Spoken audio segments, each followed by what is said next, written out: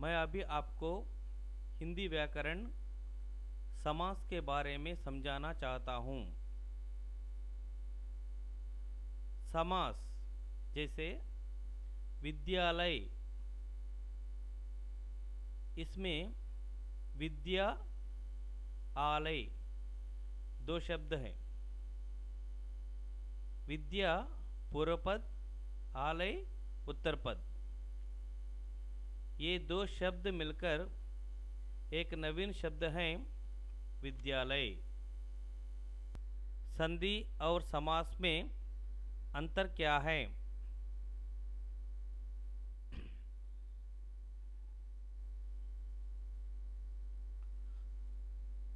समास में विग्रह होता है, संधि में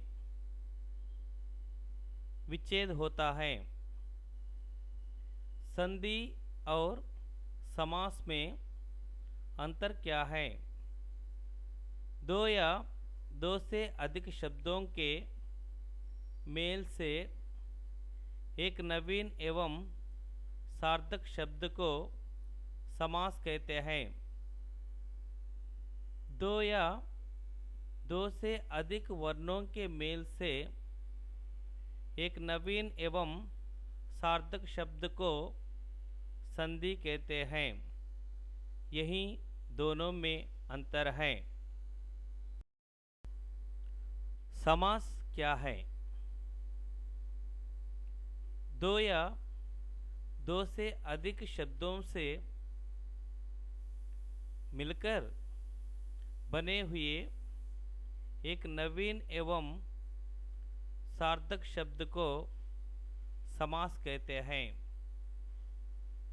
दो या दो से अधिक शब्दों से मिलकर बने हुए एक नवीन एवं सार्थक शब्द को समास कहते हैं। जिस प्रकार विद्यालय है, उसी प्रकार रसोईघर, रसोई के लिए घर। हिंदी समास संस्कृत से लिया है। समास के चार भेद हैं। तत्पुरुष समास के अंतर्गत दो समास संस्कृत से लिया है। कुल मिलाकर 6 भेद के रूप में मानते हैं। समास के भेद: अव्ययी भाव समास, तत्पुरुष समास, द्वंद्व समास, बहुव्रीहि समास। तत्पुरुष समास के अंतर्गत निम्न दो समास हैं: कर्मधारय समास, द्विगु समास। अव्ययीभाव समास: पूर्वपद प्रधानम अव्ययीभाव समास। जिस समास का पहला पद प्रधान हो और वो अव्यय हो, उसे अव्ययीभाव समास कहते हैं। अव्यय माने लिंग, वचन, कारक के कारण जिस शब्द में परिवर्तन नहीं होता, उसे अव्यय या अविकारी शब्द कहते हैं। यथामति, मति के अनुसार। आमरण, मृत्यु ना हो। आजीवन, जीवन भर। यथा सामर्थ्य, सामर्थ्य के अनुसार। यथा शक्ति, शक्ति के अनुसार। यथा विधि, विधि के अनुसार। यहाँ यथा अव्यय शब्द है। यहाँ पूर्व पद प्रधान है, इसलिए यह समास अव्ययी भाव समास हैं। तत्पुरुष समास। उत्तरपद प्रधानम तत्पुरुष समास। जिस समास का उत्तर पद प्रधान हो और पूर्व पद गौण हो उसे तत्पुरुष समास कहते हैं। जैसे विद्यालय, विद्या का आलय। तुलसीदास कृत, तुलसी द्वारा रचित। घुड़सवार, घोड़े पर सवार। इस समास को समझने के लिए समास विग्रह होते समय विभक्तियां माने कारक चिन्ह हो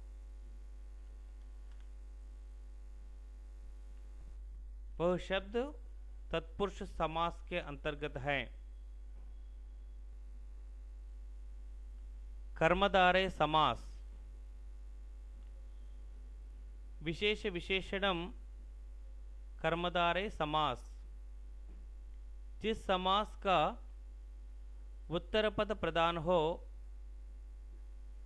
और पूर्व पद व उत्तर पद में विशेषण विशेष का संबंध हो वह कर्मधारय समास कहलाता है। जैसे नीलाकाश,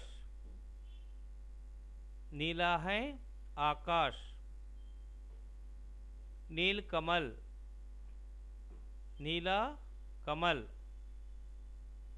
कमल नयन, कमल रूपी नयन। पीतांबर, पीला अंबर। अंबर माने वस्त्र। द्विग समास। संख्या द्विगु।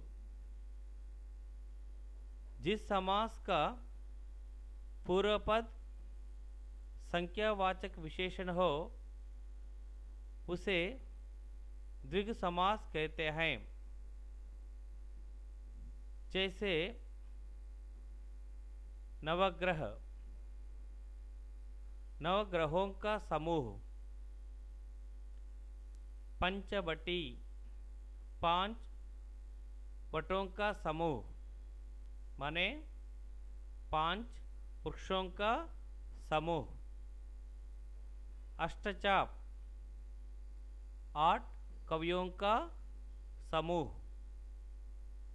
दोपहर, दो पहरों का समाहार।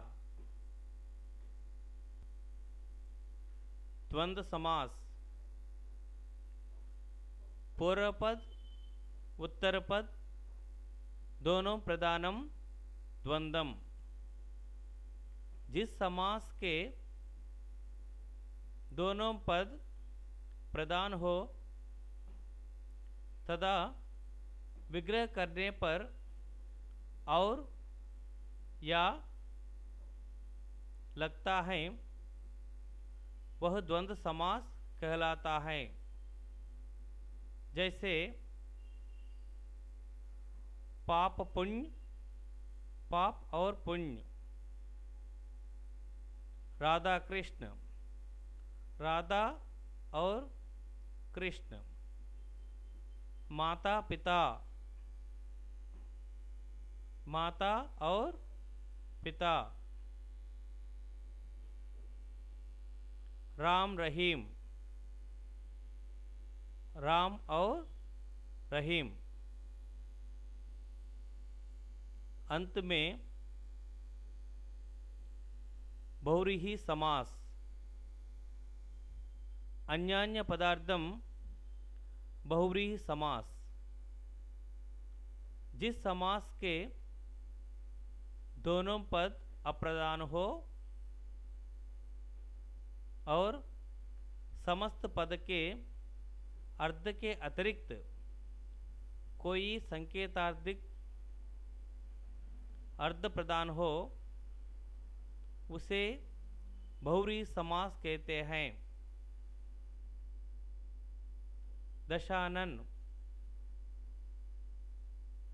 दशमुख धारण करने वाला अर्थात रावण। नीलकंठ, जिसका कंठ नीला हो अर्थात